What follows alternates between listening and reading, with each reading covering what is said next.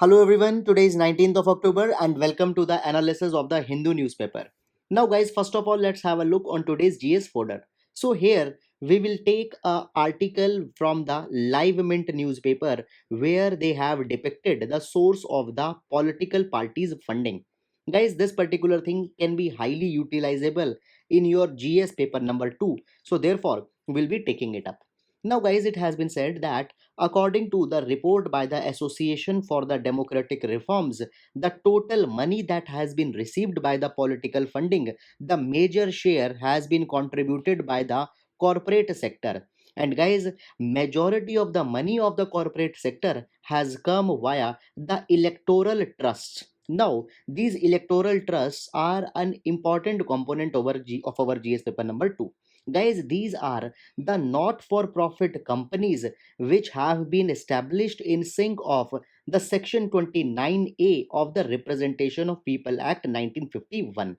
Now these organizations, they just take the money from the donors, the voluntary contributions, and give that money to the political party concerned.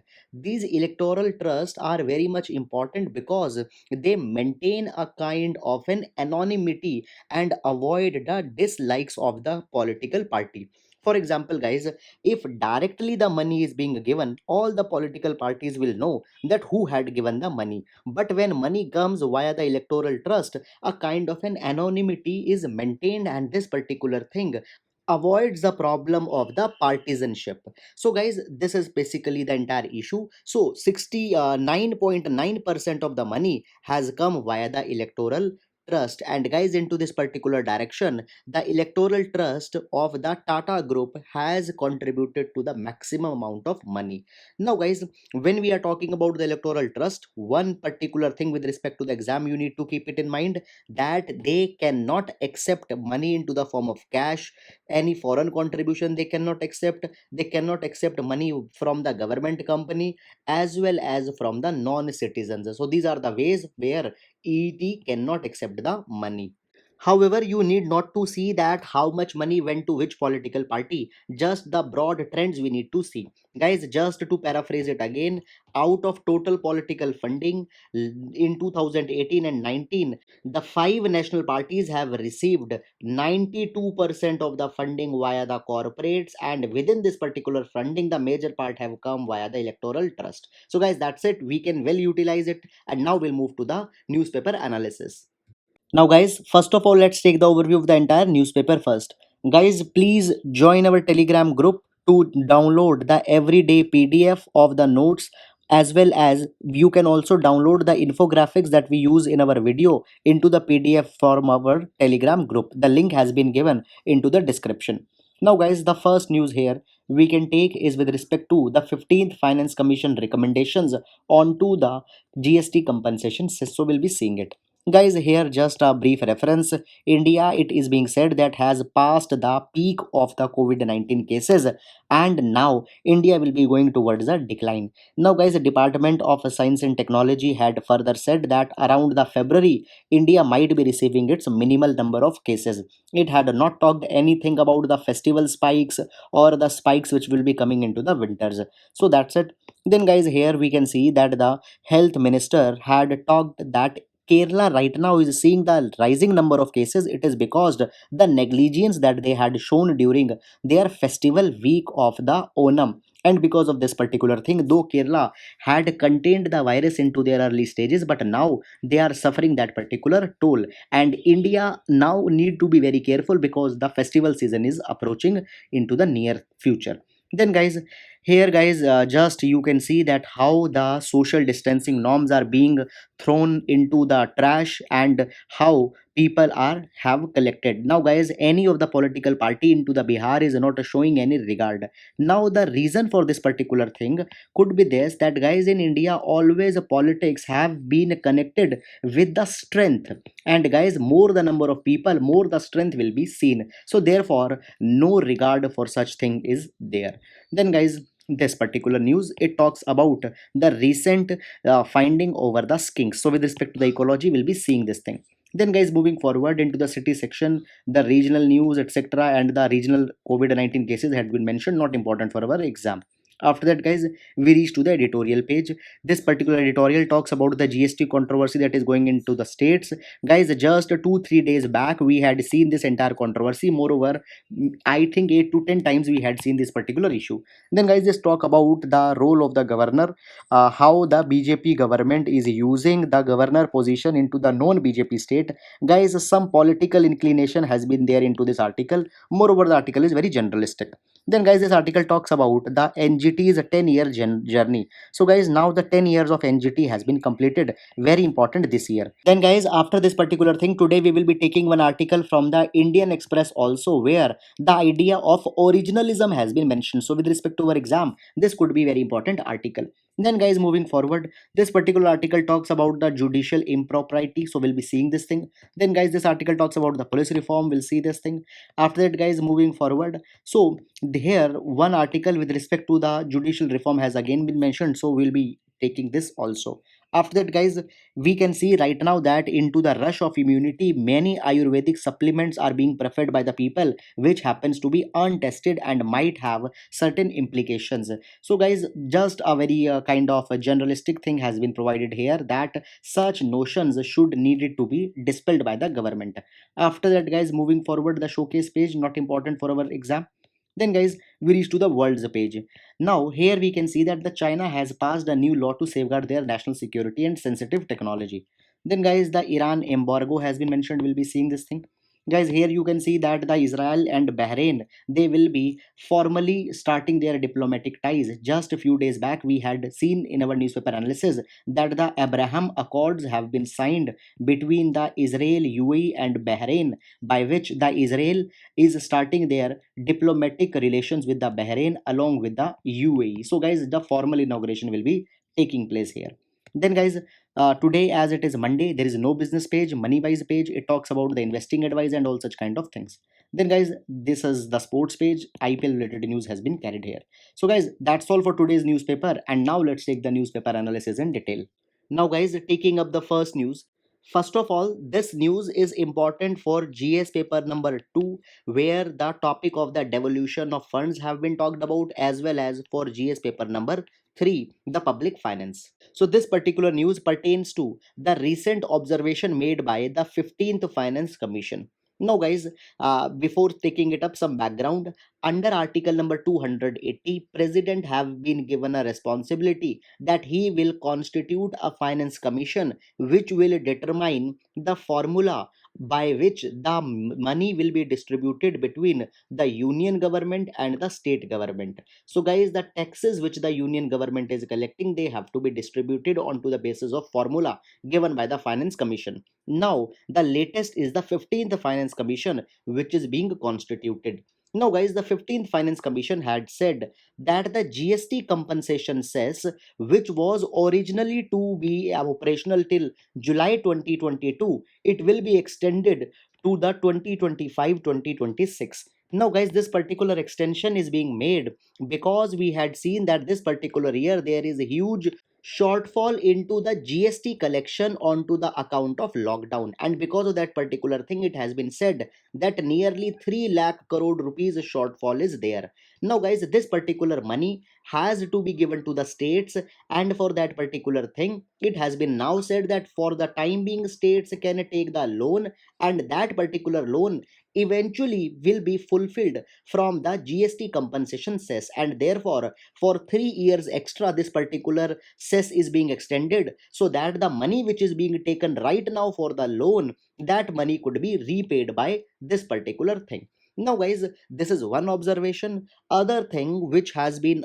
observed here is that now the full-fledged report of the 15th Finance Commission will be released very soon. So it has been, guys, earlier it was expected that into the month of October the report will be submitted. So it has been said that soon it will be submitted. The report will be for a 5-year period, that is from 2021-2022 to 2025-2026.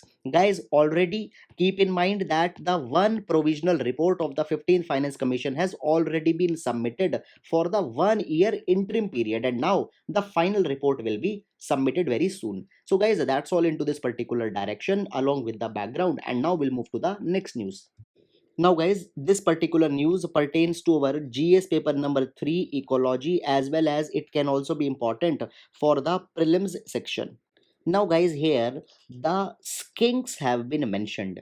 Now the skinks have been identified according to the Zoological Survey of India. 62 species of skinks are found in India, and 57% of these skinks are endemic. Now guys, endemic means that they are found in a particular range only, and for 57% of skinks the range is the India. Now guys, India has 4% of global diversity of total skinks. Now, as we are talking about skinks guys, there could be a question which could ask about their general characteristics. So what they are? So these are the reptiles which have long body. You can see here it into the picture. They have a very small or no legs. They don't have any pronounced neck section. Then their scales are very glossy. They are very alert, agile, and fast moving creatures. And guys, obviously, because many a times I have told you that they don't have any legs, so they move into a slithering fashion, and because of that particular thing, many a times they are confused with the snakes also, and they are killed, but they are not venomous like the snake.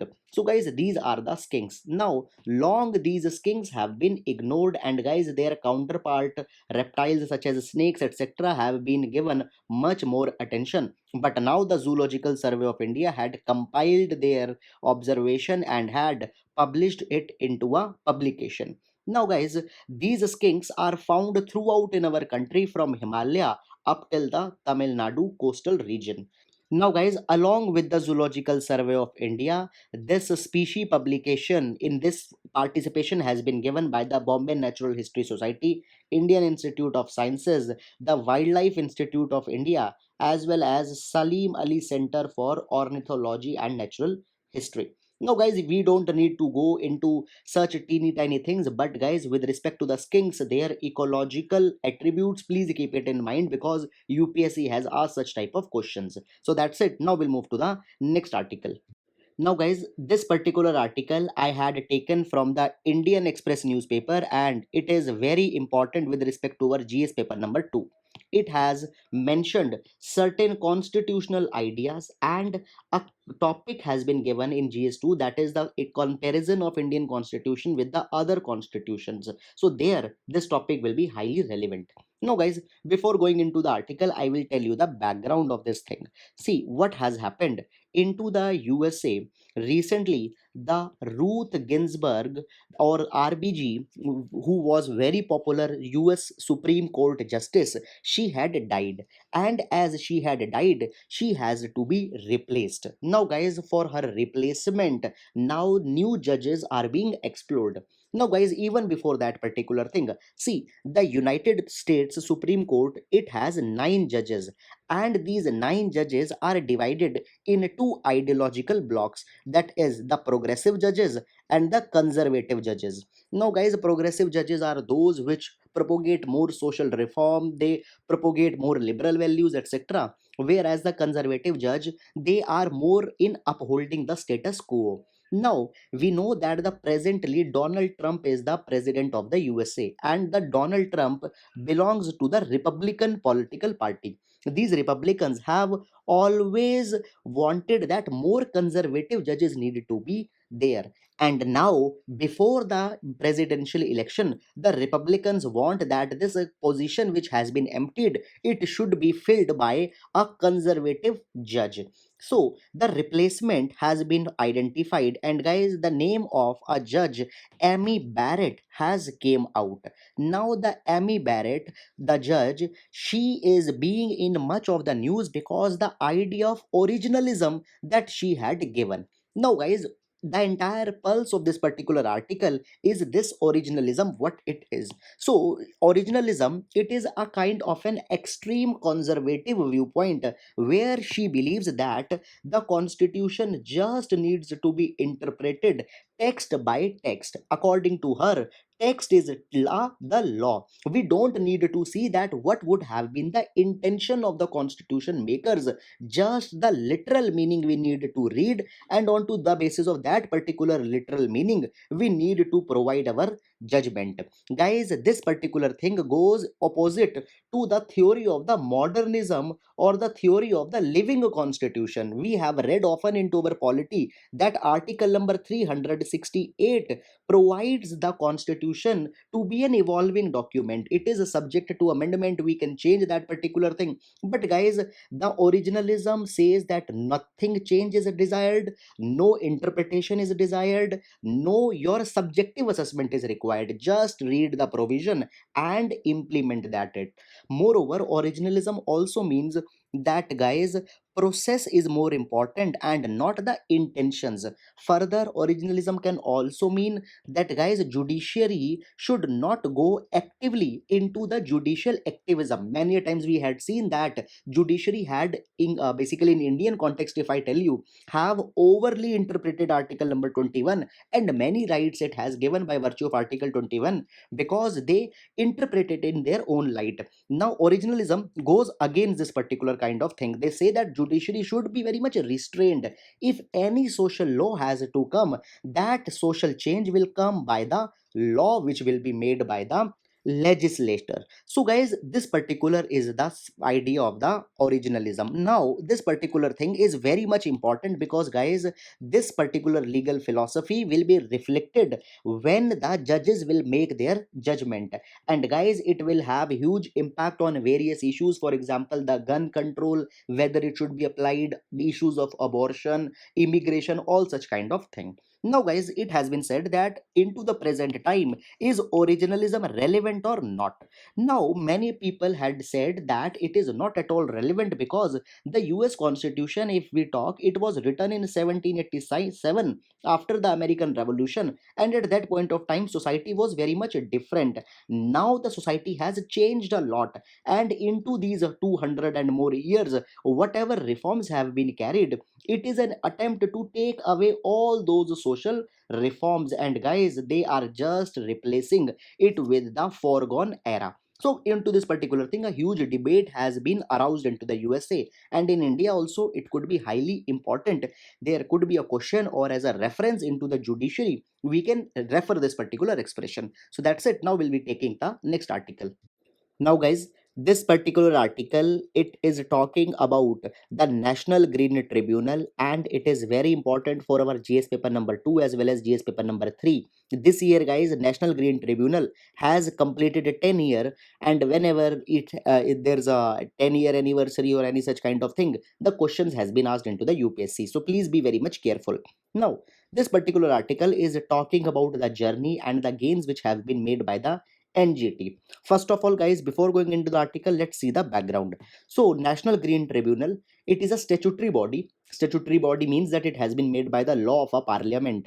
Guys, this particular body has been constituted to further the idea of article number 21. Now the principal bench of the National Green Tribunal is into the Delhi. Guys, there are two types of benches into the National Green Tribunal: the principal bench and the regional bench. Regional benches are there. For example, it is into the Pune, it is in Chennai, it is in Bhopal, in Kolkata. Now, the chairperson of the National Green Tribunal is the Supreme Court judge who is retired, and then there are other members who are the retired High Court judges. Moreover, guys, there is also a provision that an expert member can also be an expert member also needs to be constituted onto the benches of the National Green Tribunal. Now, guys, tracing the evolution of the NGT. So, around 97 98, guys, what happened? The cases with respect to the environmental violation, preservation of environment, etc., were coming in much quantity. And as these cases load is increasing, both Supreme Court and High Court were becoming overburdened. Moreover, many a times the judges were not even having the technical capabilities to deal with these particular cases. So therefore, Supreme Court said that a special bench needs to be constituted to deal with the environment related cases, and that particular bench came to be known as the Forest Bench. Now guys, this particular Forest Bench, even it was an ad hoc arrangement, and guys, finally the NGT came into the existence. However, guys, even before the NGT, there were certain attempts to make such kind of tribunal. For example, in 1995, the National Environment Tribunal was constituted, and in 1997, National Environment Appellate Authority was made to deal with the environment related cases, but they were not completely sufficient. And guys, even a proper expert level body was still needed. So therefore, what happened? Supreme Court into the MC Mehta case talked about the establishment of an environmental court which should deal with the technical environmental issues. Moreover, the MC Mehta case also talked about having a professional judge and at least two expert members into this environmental court. And guys, these two expert members need to be drawn from the ecological science research group as provided by the MC Mehta case. Now guys, as the time passed, nothing important decision was taken into this particular regard. The Supreme Court again recalled the same thing into the AP Pollution Control Board case and again said that there is a need to make an environmental court. Now guys, finally after all these particular things, the NGT National Green Tribunal draft bill was erected. It was circulated into the people, and initially there were large number of concerns which were raised, and the most important concern was the concern of the tribunalization. Now, guys, first of all, the tribunalization in itself is a very important topic for the UPSC. Guys, whenever if it will be possible, we will be taking it up separately also. But I will tell you here also what is a tribunalization. Guys, it has been seen that over the period of years, just to reduce the case load into the higher judiciary, large number of tribunals have been made. First of all, guys, when we talk about tribunals, the 42nd Constitutional Amendment Act is of very much importance because by that, the article number 323A and article number 323B were established by which gave the power to make the tribunals. However, guys, over period of time it has been said that these tribunals are coming direct parallel to the judiciary. Moreover, guys, as the tribunals are governed by their statute or their law, it is being seen that the executive many a times enters into the judicial function of the tribunals. Moreover, these tribunals actually have not been that much effective also, because at the end of the day the tribunal cases also end up into the Supreme Court or the higher judiciary. And guys, there is also one classic allegation which has been made on tribunals, that is they are undermining the authority of the judiciary. So guys, such a tribunalization has been criticized many a times, and it was said that NGT will also be leading to the tribunalization. However, after all that particular thing, the NGT Act was finally passed, and guys, this was the constitution of NGT. Now into so many years, NGT has reached many high points. Guys, there are many judgments which NGT has made, and its implication is such that an entire new breed of practitioners have developed, and these practitioners are solely concerned with the environmental conservation. And by this particular thing, it is also shown that how India is turning more serious towards the environmental sustainability. Then guys, more protection has been given to the ecological resources. The penalization has been carried of the officials who are not fulfilling their responsibilities. Then guys, tribal rights have been given. Then the polluter pay principle has been established by the NGT. Then guys, the attitudinal change has come into both government as well as public with respect to the environment. So guys, as the 10-year anniversary is being celebrated, please do remember all these particular things. So that's it about this particular article, and now we'll move to the next article. Now, guys, this particular article is important for our GS paper number 2, the judicial issues. Now, first of all, guys, on to the 17th of October, I have taken the entire article where I had explained you the controversy that is going on between the Andhra Pradesh government versus the Supreme Court, where the Andhra Pradesh Chief Minister has levied the charges of corruption and ill intentions onto the Supreme Court judge N.V. Raman. N.V. Raman happens to be the most senior judge after the Chief Justice of India, and he might be the next Chief Justice of India as well. Guys, we had seen this entire issue. Now, guys, it has been talked here that there will be certain implication because of this particular controversy. Now, the implications from both positive angle as well as a negative angle we will be seeing here. Now here I have clubbed two articles. One is from the editorial page and one from the news section. So, guys, just as a primer, we had seen that the Supreme Court judge has been accused of the charges that he had acted into the ulterior motives. Always he had targeted the Andhra Pradesh government and had worked in coalition with the earlier Chief Minister Chandrababu Naidu. It has also been said that the Supreme Court judge has been involved into the corrupt dealings. Guys, for that particular thing, the letter has been sent to the Chief Justice of India, and later that particular letter was made public also. Now picking up the article, so what should Chief Justice of India should do into this particular thing, as he had received the letter? Now guys, in 1997 there was a provision of in-house inquiry which was established. It was said that whenever such kind of complaint against the Supreme Court judge will come, three sitting Supreme Court judge should make a committee and should inquire into that particular case. Moreover, guys, it further into the C. Ravichandran case, it was said that such complaints against the Supreme Court judge needs to be entirely confidential. They should not be leaked into the public. Now, guys, into the article, it has been said that not leaking such report is a kind of a ill advice or a wrong advice, because often it has been said that whenever judiciary has an opportunity, it brushes the cases aside. It just conceals the case and doesn't takes up any inquiry onto the fellow judges. Therefore, the making of a case public is very much important. And into this particular controversy, whatever was done by the Andhra Pradesh Chief Minister was right. He called the press conference. It was right, because only when the limelight will be given to this particular case, actual inquiry will be carried. Guys, an example has been taken up from the impeachment.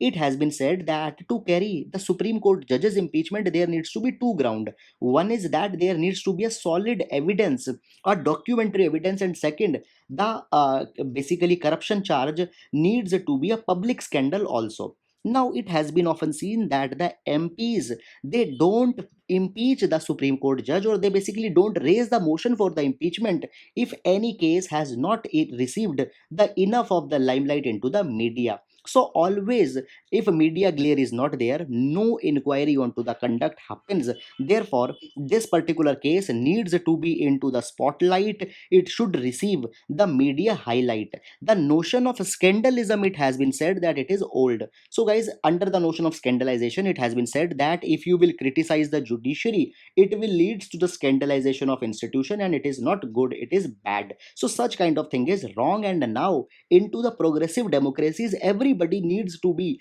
under the light of critical scrutiny, and judiciary also needs to be there.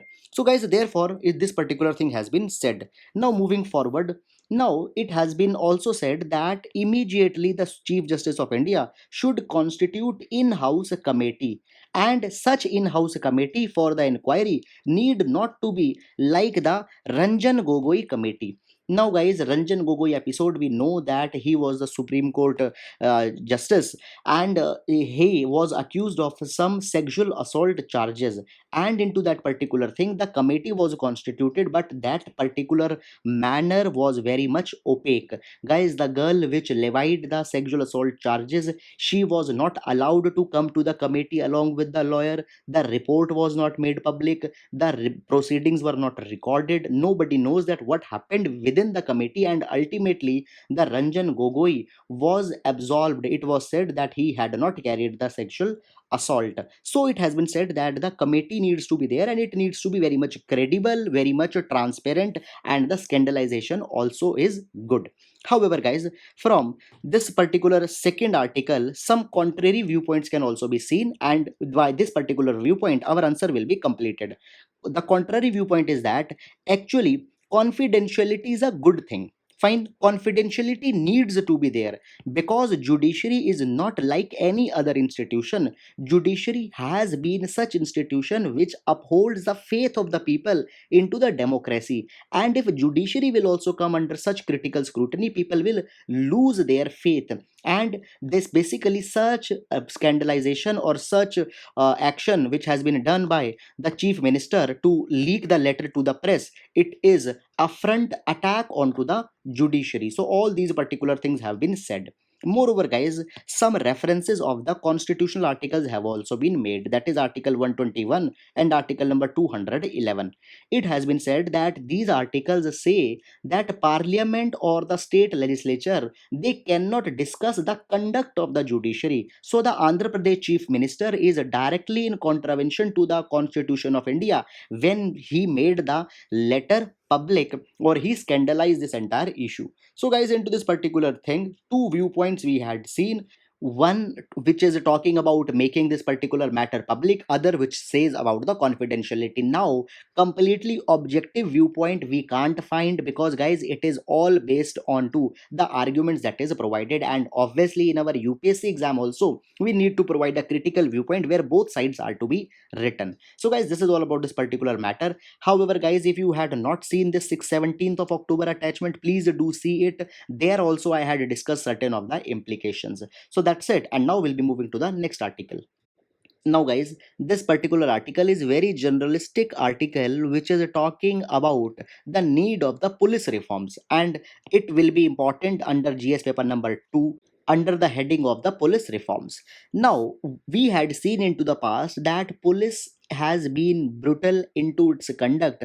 For example, there was the instance where recently an old couple into the Guna district into the Madhya Pradesh, they have been thrashed. Then guys, earlier we had seen that into the Tamil Nadu, one father son, they were killed into the police custody. After that, in Uttar Pradesh we had seen that a case of alleged judicial extrajudicial killing was there when the Vikas Dubey, the dreaded gangster, he was killed. Basically, it has been said that it was a staged attempt.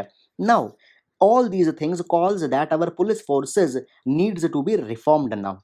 Now, when we talk about police reforms, guys, first of all, you will give the reference of the National Police Commission, which was established in 1997. Now, this National Police Commission published their reports in which they talked that the political interference into the police needs to be reduced, because the politicians, they just rule the police and according to their own whims and fancies. Just they post such police officers into their constituency which they believe that they will act as a confidant of the political parties.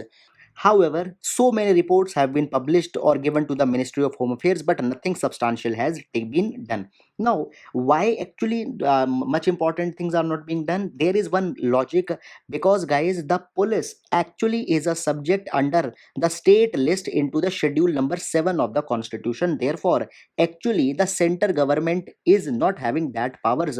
Also, only the state needs to act. Now, guys, as nothing substantial has been done onto the NPC's report, therefore, a retired IPS official, that is the Prakash Singh, made an appeal into the Supreme Court, and Supreme Court into the Prakash Singh case released the 7 directives for the police reforms. And guys, these 7 directives are the key police reforms in India, and whenever a question comes, you will be writing them. Now, what are these 7 directives? First of all, it says that a state security commission needs to be established. Now, guys, the state security commission is one which makes ensure that the state government is not duly interfering into the activities and the functionalities of the police forces, and undue interference they are not making. Moreover, guys, it also lays down the broad policies and guidelines for the police officers, as well as they evaluate the performances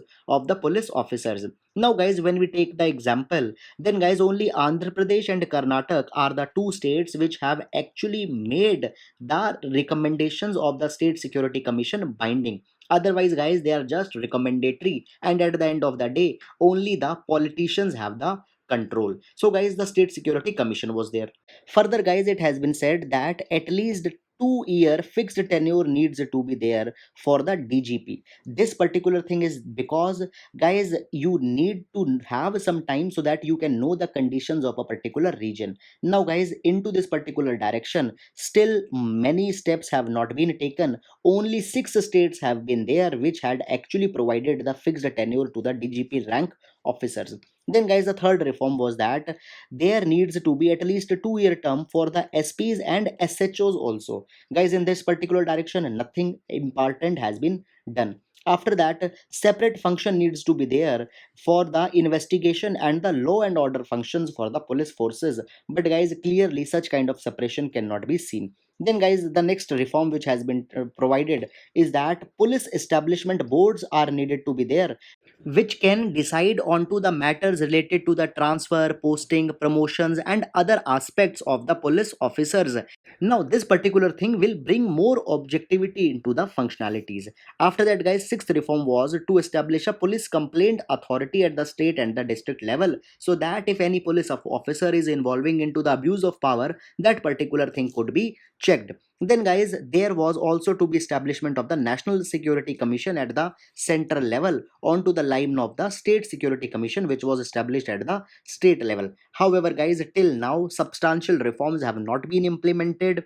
And now, guys, seeing the atrocities committed by the police forces, it is high time that all such reforms needs to be implemented. Guys, as that George Floyd issue happened into the USA, Indian police forces have also been asked and came under the scanner with their treatment to the city towards the citizens. So therefore, urgently certain steps should be taken into this particular direction. So guys, that's all. And now we'll be moving to the next article. Now, guys, this particular article talks about the new restrictive security export law which has been passed by the China.